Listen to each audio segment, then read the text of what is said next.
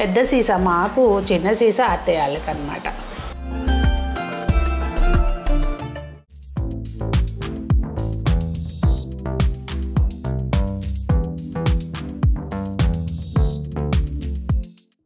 పెద్దలందరికీ నమస్తే, పిల్లలందరికీ హాయ్. ఎలా ఉన్నారండి? అందరూ బాగున్నారా? మేము చాలా బాగున్నాం. మీరు కూడా చాలా చాలా బాగున్నారని ఆశిస్తున్నాను. ఈరోజు వీడియో ఏంటంటే కమ్మటి కొత్తిమీర పచ్చడి, నిలువ పచ్చడి చేశానండి. మన మిద్దె తోటలో మొత్తం హార్వెస్ట్ చేశాను. సో చాలా క్వాంటిటీలో వచ్చింది, మొత్తం పట్టేశాను. ఒకటి అత్తయ్య వాళ్ళకి, ఒకటి మాకు, 2 సీసాల్లోకి తీస్తాయి. ఇదిగో చూడండి, చూసారా? నైట్ తిరగమాత వేసాను అనమాట. ఇది చక్కగా ఆయిల్ అంతా పైకి వచ్చి భలే భలే అసలు ఇట్లా ఓపెన్ చేయగానే కమ్మటి వాసన వస్తుంది. ఇంకా ఇది ఎలా చేయాలి ఏంటి అనేది వీడియోలో షేర్ చేస్తాను. నేను Sunitha, welcome to the Telugu housewife. ఇదిగోండి కొత్తిమీర అయితే ఒకవేళ మనం మార్కెట్లో కొనుక్కున్నది అనుకోండి, కనీసం ఉప్పు వేసుకొని శుభ్రంగా మంచిగా 1-2 సార్లు కడుక్కోవాలి. కట్ చేయక ముందే కడుక్కోవాలండి ఎప్పుడైనా కొత్తిమీర. కట్ చేసిన తర్వాత అయితే మళ్ళీ ఎక్కువ వాటర్ అనేది పీల్చుకుంటుంది. కట్ చేయకముందే శుభ్రంగా కడిగేసుకుని అప్పుడు కట్ చేసి ఇలా ఒక మంచి కాటన్ క్లాత్ మీద ఆ ఎక్సెస్ వాటర్ అంతా పోయేలాగా ఆరబెట్టుకోవాలి. మనకి చేతికి వాటర్ అంటదంత వరకు మంచిగా ఆరనివ్వాలండి. లేదంటే ఏమవుతుందంటే వాటర్ ఉన్నాయనుకోండి, మనం ఆయిల్లో వేసినప్పుడు నీళ్ళుగా వచ్చేస్తుంది అనమాట. అప్పుడు గుజ్జు గుజ్జు అయిపోతుంది పచ్చడి. సో ఇట్లా మొత్తం మంచిగా ఆరనివ్వాలి. ఇప్పుడు మనం ఏంటంటే కొత్తిమీర క్వాంటిటీకి అనుగుణంగా మన దగ్గర ఏ గిన్నెలో, గ్లాస్లో ఏది ఉంటే అది కొలతగా తీసుకోవాలి. అదే కొలతని మనం అన్నిటినీ కొలుసుకోవడానికి వాడుకోవాలండి. అంటే ఉప్పు, కారానికైనా, చింతపండుకైనా, దేనికైనా కూడా. ఇక్కడ నాకు ఈ గిన్నె తీసుకున్నాను. 4 గిన్నెలు కొత్తిమీర అయిందండి. 4 గిన్నెలకి పావంతు చింతపండు. ఇదిగోండి చింతపండు తరకలు లేకుండా చూసుకుని మంచిగా బాగు చేసుకుని చింతపండు తీసుకోవాలి. అలాగే ఈ చింతపండులోకి బాగా సలసల కాగేటట్టుగా నీళ్ళు, చింతపండు మునిగే వరకు. అంటే నేనైతే కొత్తిమీర క్వాంటిటీ ఎక్కువ ఉంది కనుక ఒక 1/2 లీటర్ దాకా నీళ్ళు తీసుకున్నానండి. మొత్తం మునిగే వరకు, ఈ గిన్నె నిండా మునిగే వరకు నీళ్ళు పోస్తున్నాను. బాగా వేడిగా కాసి పోసుకోవాలి. ముందు చింతపండు కాసి పక్కన పెట్టుకుంటే మనకి మిగిలిన ప్రాసెస్ చేసుకునే లోపల ఇది కూడా చక్కగా నాని ఉంటుందండి. కొంతమంది మనకి కారం వేసుకుని కూడా చేసుకోవచ్చండి. కారం వేసేటట్టు అయితేనేమో పావంతు పట్టదు కారం, ఒక్కొక్క టేబుల్ స్పూన్ కాడికి పడుతుంది. ఇప్పుడు నేను తీసుకున్న గిన్నె క్వాంటిటీకి అయితే కనుక 1.5 టేబుల్ స్పూన్ అట్లా. మనం కారం అయితే కనుక అప్పటికప్పుడు చూసి వేసుకోవచ్చు కనుక అది వేరే ప్రాసెస్ అండి. ఇప్పుడు నేను మిరపకాయలతో పడుతున్నాను కనుక మిరపకాయలు అయితే పావంతు తీసుకుంటే సరిపోతుంది. అంటే ఇప్పుడు 4 గిన్నెలు అయింది కనుక ఒక గిన్నె మొత్తం మిరపకాయలు తీసుకున్నాను నేను. ఇవి ఆయిల్ కూడా మనకి దాదాపుగా ఒక గిన్నె మొత్తం పడుతుందండి. 4 గిన్నెలు కనుక దాదాపుగా కాదు, మొత్తం గిన్నె మొత్తం పడుతుంది. దానిలో నుంచే మనం మిరపకాయలు వేయించుకోవడానికి కానీ, కొత్తిమీర వేయించుకోవడానికి కానీ తీసుకుంటే కరెక్ట్గా చూసే పని లేకుండా సరిపోద్ది.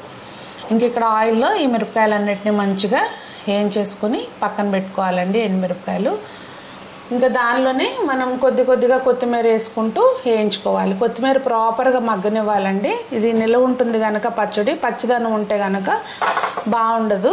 చూసారా, కొత్తిమీర మొత్తం అంతా కూడా మంచిగా మగ్గిపోయింది కదా. ఇలా ప్లేట్లోకి తీసేసుకుని అదే మూకుడులోకి ఆ మిగిలిన ఆయిల్ అంతా, ఆ గిన్నె కొలుసుకుని పక్కన పెట్టుకున్నాం కదా, ఆ గిన్నెలోది ఆయిల్ అంతా కూడా మంచిగా కాగినాక మనం ఇదిగోండి పోపు పెట్టుకోవాలి. నార్మల్గానే రెగ్యులర్గా పోపు పెట్టుకునేటట్టే పోపు పెట్టుకోవాలి. అన్నీ వేసుకుని పోపు పెట్టుకోవాలండి. కొంతమంది దీనికి ఇంగువ తినే వాళ్ళైతే ఇంగువ వేసుకోవచ్చు. మేము పచ్చళ్ళలో ఇంగువ అయితే వాడడం కనుక నేను వేయట్లేదు. మీరు కావాలనుకుంటే వేసుకోవచ్చు. ఇంకా పోపు అయిపోయింది కదండి. ఈ లోపల మనకి ఇంగ్రీడియంట్స్ అన్నీ కూడా ఆరిపోతాయి. ఆరినాక మంచిగా మిక్సీ జార్ తీసుకుని దానిలోకి ఇదిగోండి వెల్లుల్లి రెబ్బలు ఒక పెద్ద పాయ తీసుకుని మొత్తం ఒలిచేసుకుని మొత్తం వెల్లుల్లి రెబ్బలు, అలాగే వేయించిన ఎండుమిరపకాయలు, ఉప్పు, ఒక గిన్నెకి ఒక గిన్నెకి 1 టేబుల్ స్పూన్ కాడికి వేసానండి నేను. 4 టేబుల్ స్పూన్ కాడికి ఉప్పు, ఇవన్నీ వేసుకుని ముందు మనం గ్రైండ్ చేసుకోవాలండి ఇంతవరకు. తర్వాత ఇది కొంచెం నలిగినాకి మిరపకాయలు అయ్యి ఈ చింతపండు నానబెట్టుకున్న చింతపండు అంతా కూడా వేసుకుని గ్రైండ్ చేసుకోవాలి.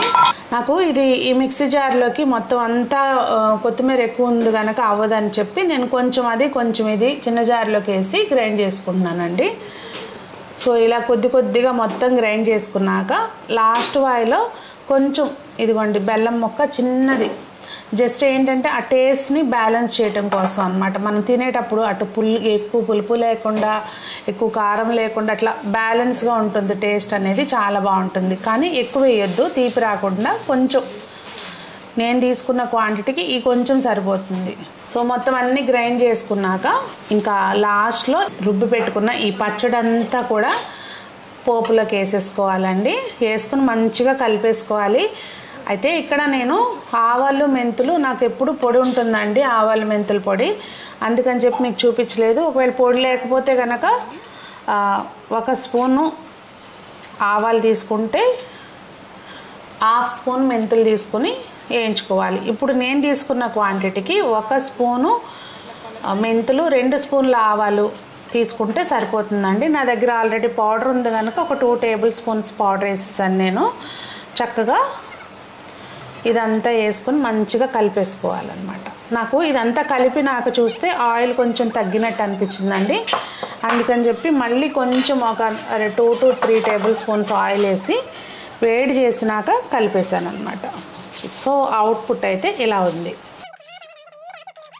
సో పచ్చడి కూడా అయిపోయిందండి మనకి మొత్తం అంతా.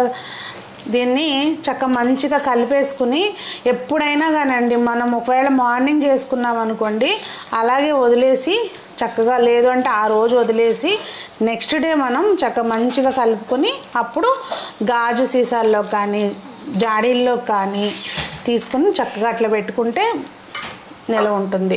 నేనైతే ఈ సీసాలోకి తీసేస్తానండి. ఇది కొంచెం ఫ్రిడ్జ్లో డోర్లో పెట్టుకోవడానికి వీలుగా ఉంటుంది. ఇలా పొడవుగా. అన్నం లేదు సంజన, చూడండి అన్నం ఉందా అంట. లేదు, సారీ.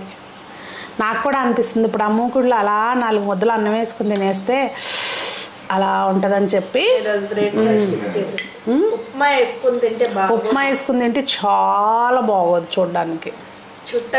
చూడడానికి టేస్ట్ బాగానే ఉంటుంది. ఉప్మాలోకి నంచుకుని తింటాం కానీ ఉప్మా ఇందులో వేసుకుని కలుపుకుంటే ఊహకే బాగోలేదు. పెద్ద సీసా మాకు, చిన్న సీసా అత్తయ్యాళ్ళకి అనమాట. అదండి మరి కమ్మటి కొత్తిమీర నిల్వ పచ్చడి. వీడియో చూసి మీకేమనిపించింది?